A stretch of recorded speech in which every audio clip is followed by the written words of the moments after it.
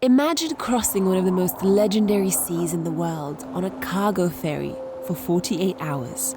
You embark not in a nice passenger terminal with all the expected luxuries, but in a cargo port filled with containers and cranes. You enter the ship together with truck drivers and their cargo trucks and an entire train of highly flammable oil. You're about to spend the next 2 days sailing from Georgia to Ukraine on the Black Sea, infamous in legend for being unpredictable and stormy. Since time immemorial, sailors have cursed its winter storms and jet-black waves, delaying their journeys home. Well, that sounds just like the story you're about to watch. But first, let's go back in time just a few days to the border crossing between Georgia and Turkey. We just happened to be parked in front of Mr. Emruda, who is a truck driver from Turkey, and he's got the most amazing kitchen setup here. I'm so jealous. It's so much better than mine. This is exactly what you need in the morning in Turkey. Just a nice cup of strong chai. After my trip across Turkey, I entered the country of Georgia. It was supposed to be my final destination on my 4-month overlanding journey. From here, I would return to Poland to prepare for a bigger expedition in 2022. But instead of driving all the way back, I found a shortcut. First, a cargo ferry across the Black Sea, and then a 2-day drive from the port of Odessa in Ukraine all the way to where my family lives in Poland. I'm Ava, and I'm a full-time adventurer. I want to bring you on a journey that's all about being brave, experiencing the world, and feeling truly alive. My travels have been one hell of an adventure so far, but last summer I bought an old Land Rover Defender and converted it into an off-road expedition truck. I now wander around the world and live in my 4x4. Hit subscribe to join my adventure crew and watch real raw travel videos every week. This morning I'm hoping to be able to get some tickets for the ferry that's coming up in just a few days, and I wasn't able to book it online, so I have to go into the ticket office in person somewhere along this boulevard.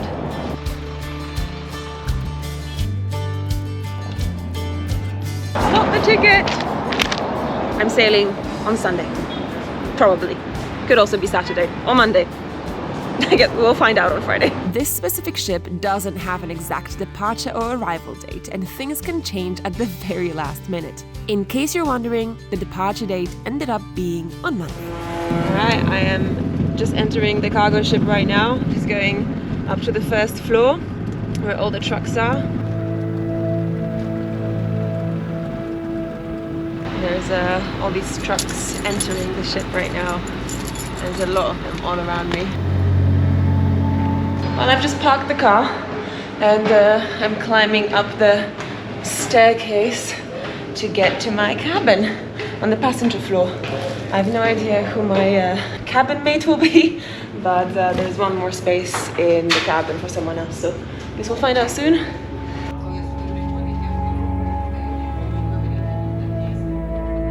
Got my room key, it's room number 345.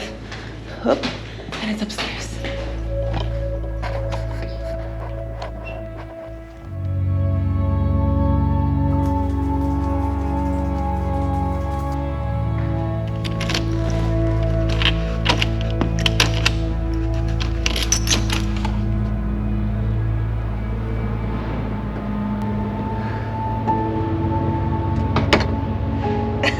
This always freaks me out. I'm like, what if I can't open it again?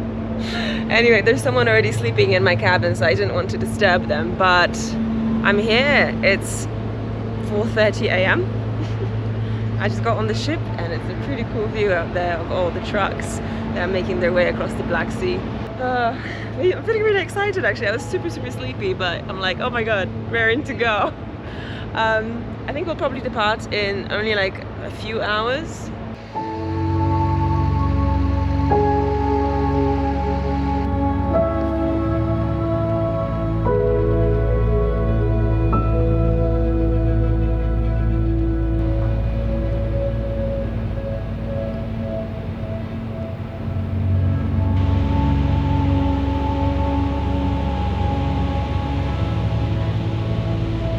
We've just left dry land behind. You can see it over there on the horizon. And for now, we're just going to be heading deeper and deeper into this mysterious Black Sea, the cloudy darkness that you see behind me. And I don't know what it is. I don't know if it's the fact that it's still dawn, or the fact that it's a cargo vessel, or that it's the Black Sea in particular, but this whole experience feels a little bit haunting right now. And raw and real. That's what we like. After a very quick introduction, my bunkmate thought it would be a good idea to do some matchmaking and introduce me to her single son, Manuchar. She showed me his photos, gave me his number and took mine, and invited me to the town of Mykolaiv for an in-person meeting. A moja семья nie zna Manuchara. Да, будем знать. Он любит красивые девушки, красивые. Но красивость то не все. Не, смотри, вот, Одесса, Ага. Mykolaiv, где мы живем. И потом можно вот так. My bunkmate Gulnara has gone for a little walk around the ship, so I thought this would be a great time to show you guys around this cabin that I booked myself. So this is a two-person cabin with a window, which does not come as standard. This is a little luxury that I've allowed myself. And on one side here we've got two beds, so it's just a simple bunk bed. I am here up on top above. It's a little bit hot, I gotta say. That's better than being cold. There's also a little desk here on the side and two chairs. If you want to do some work or do some reading, you can just sit here. Cupboards here. You know, you can hang your clothes just over here. A little bit more space down there in the hallway. And I bet you want to see the bathroom, right? Well, let me take you inside. So each of these cabins of this standard has its own toilet and shower, which is actually pretty great, and again, a little bit of luxury that I did not expect. So, sink, mirror, shower with a shower curtain and a toilet. It's all pretty simple. So another kind of important thing for privacy is that each door locks from the inside and the outside, and every person who sleeps inside the room gets their own key, which is great. And in case you were wondering, no, the rooms are not allocated according to gender. It's random, but I think there must be something that's not quite random, because there's only 4 women on the ship right now, or 5 women, and they're all together in the same rooms. So yeah, simple, but it's surprisingly great. There's not that much to do on a cargo ferry, honestly. No internet, no distractions, no exciting entertainment. I was low-key hoping to be super productive and finish all my work and do some writing, but I got so seasick that none of this actually happened. I did finish 2 books though, which was super satisfying. Oh, and I washed my hair, which only happens like once a week. So, success. That evening we started on a very cultured note. A bit of red wine, a bit of conversation between a Pole, a Georgian, a Canadian and a South Korean. Na zdrowie in Polish? Yes, in Georgia? Kombe. Kombe. Hanbe. Sanon. Sanon. In Esperanto. Oh, yeah. Or cheers. Cheers. Yeah. But as the evening progressed, things started getting a little out of hand. Na zdrowie. Я YouTube. На здоровье. And then there was a storm. The storm was a force 8 wind on the Beaufort scale, which means gale force winds at over 40 miles per hour. It may not look that scary, but it delayed us by about 10 hours. Time wasn't my biggest problem. It was my seasickness, actually. I may be a full-time traveler, but I get horrible motion sickness on buses, ships, and as a passenger in the car. Ironic, isn't it? So the ferry is being a little bit turbulent right now. Or rocking back and forth like this, which isn't doing miracles for my seasickness. But I hope I can fall asleep in a few minutes and wake up tomorrow to a new day. So this was, yeah, a bit of a wild evening. All I can say is that this ferry is probably one of the wildest ferry experiences you can have anywhere in the world. Alright, see you tomorrow. Good night.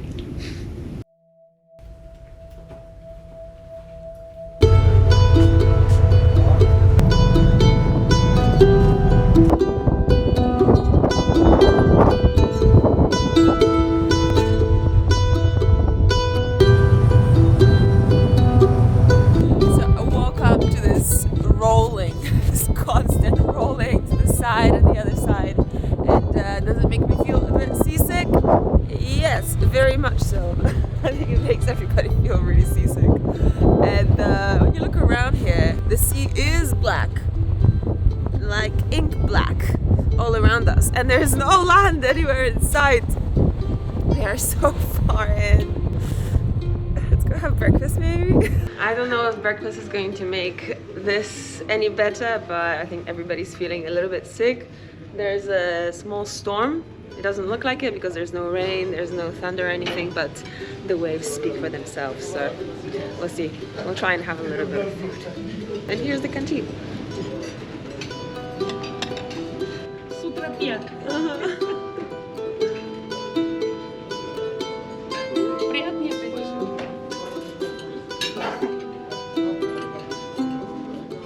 Now here's a blessing in disguise. This is what we're getting for breakfast. I mean, this plus scrambled eggs and a bunch of other things, but this I think is something that everybody today can eat, because when the boat is rolling like that, making us all feel a little bit sick, this very, very plain food is just a heaven sent.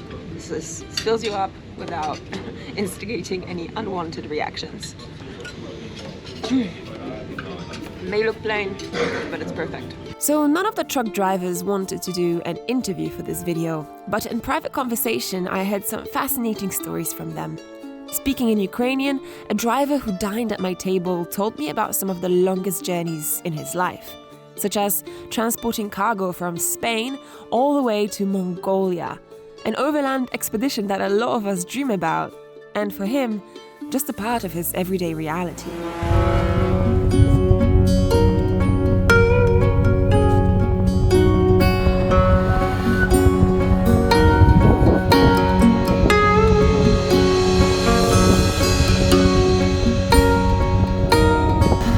Has finally died down, which makes me so happy, because I was just like lying there lifeless, you know, bedridden with seasickness despite taking all the medication.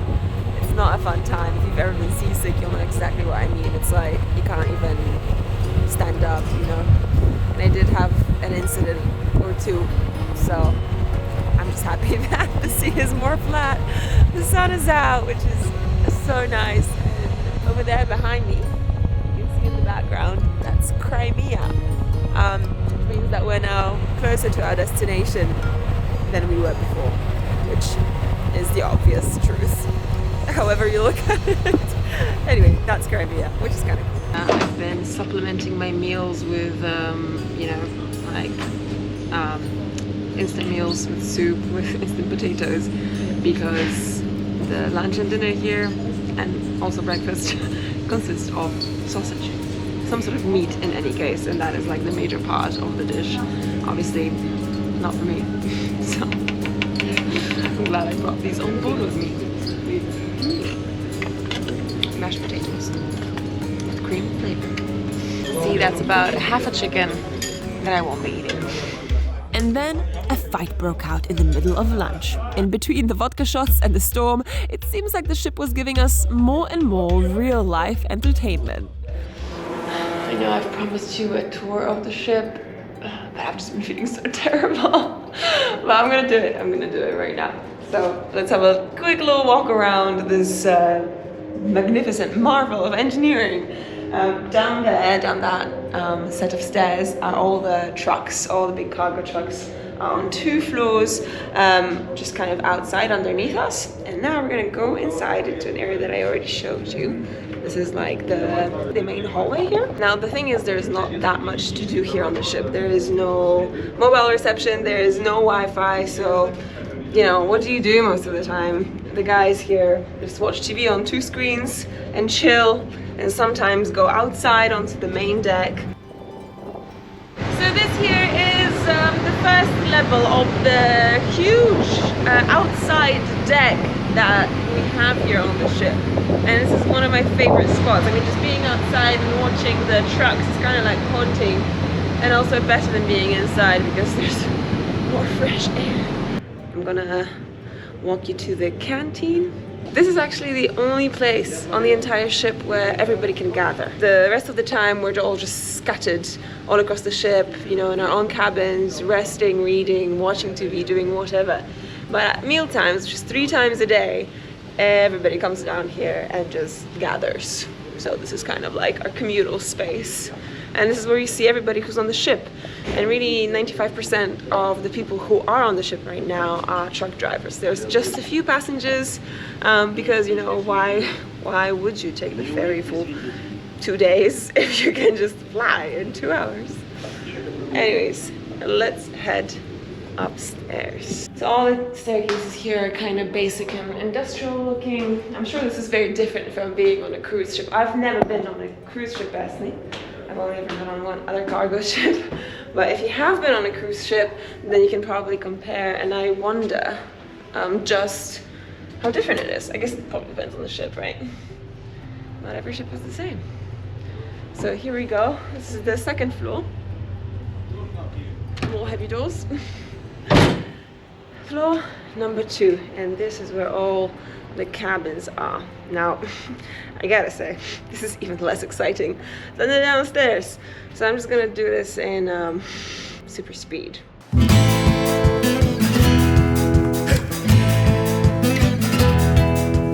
guess these are the really fancy rooms. You know, you can stay in like a suite on this ship, and the suites are like you know, you get your own big bed, the whole room to yourself, and a bathroom and windows and stuff. I don't know, it was expensive. It was like $1,000, I think, which is a little bit much for a 2-day ferry ride, I thought.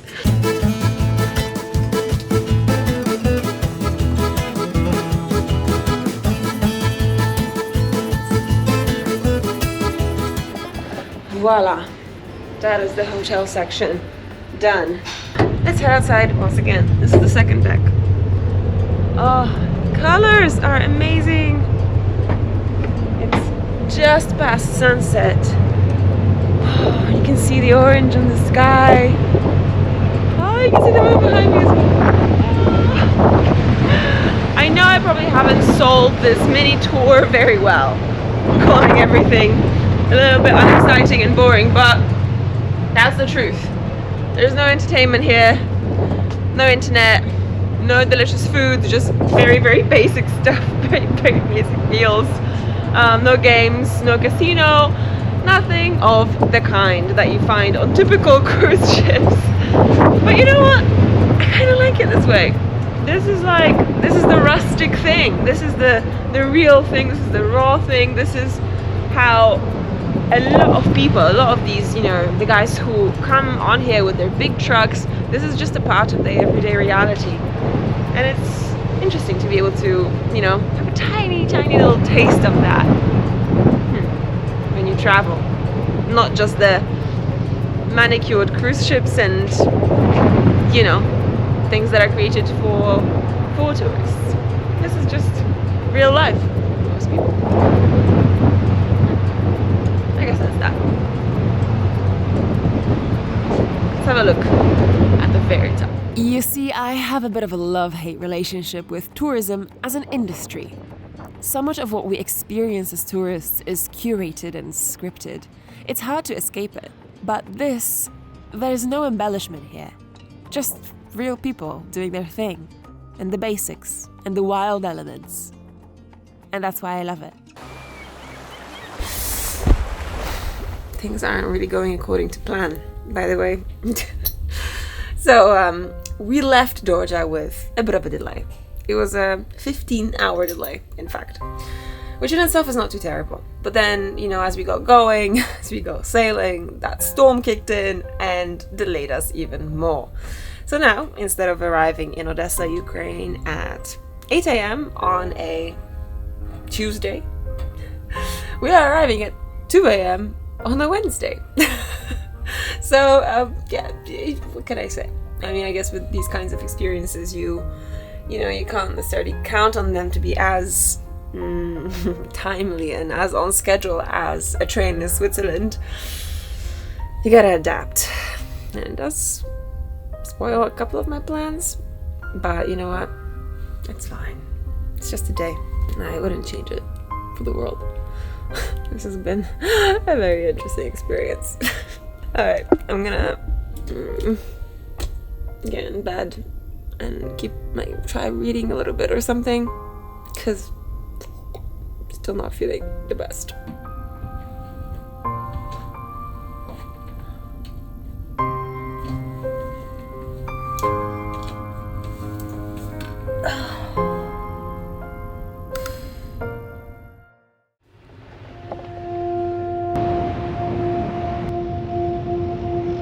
So good morning, it is 4:30 a.m, exactly 48 hours after leaving Georgia, and we have arrived in Ukraine. Finally!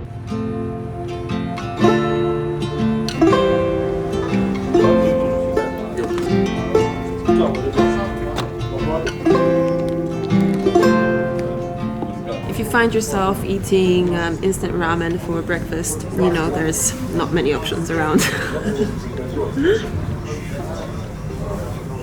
I'm not complaining, it's pretty delicious. Traveling in this way can be a really fantastic lesson in patience. So we arrived here at the port at around 4:30 a.m, it's now 8 a.m. The immigration officials still haven't come to our ship to check us and let us off the boat. So we're still here, in the cargo port, waiting for something to happen. But you know what, the moral of the story is, sometimes you just gotta accept that things are gonna take time and don't rush it. And you know, don't get mad, don't get annoyed. I'm feeling myself like wanting to get annoyed, just wanting to get out of here, because I know there's still 2 days of driving ahead of me to Poland, but at the same time, there's nothing I can do. So, I'm just gonna chill.